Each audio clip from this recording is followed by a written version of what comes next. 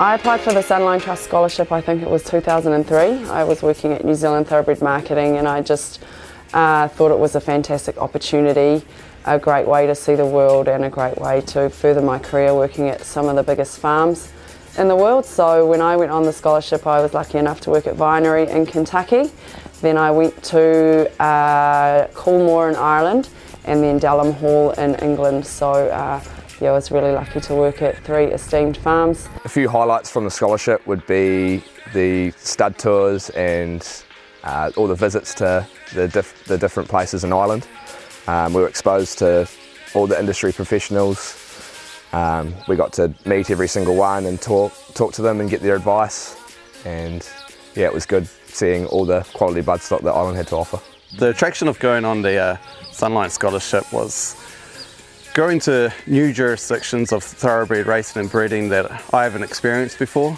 It was a huge attraction to go to England, Ireland and America, see how things are done over there. Some of the best aspects I found through my time on the Sunline was meeting a lot of people that shared the same passion for thoroughbred racing as I do, and learning a lot of things off those people that I brought back to New Zealand. I found have been quite useful in the way we operate things here in New Zealand.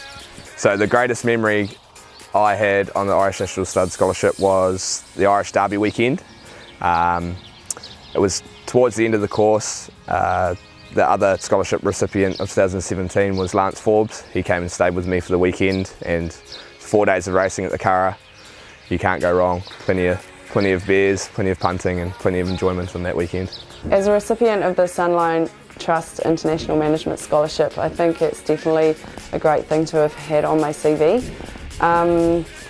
It opened me up, I guess, to a whole new way of doing things on stud farms. Obviously, international studs in the Northern Hemisphere operate a little differently to what we do here.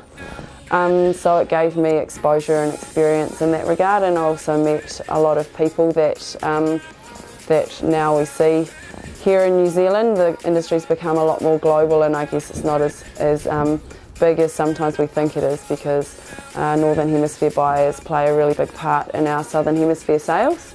And obviously we import a lot of bloodlines from Europe, and not so much from the USA and New Zealand, but definitely Europe. So it helps, I guess, to have a bit of familiarity in that regard as well.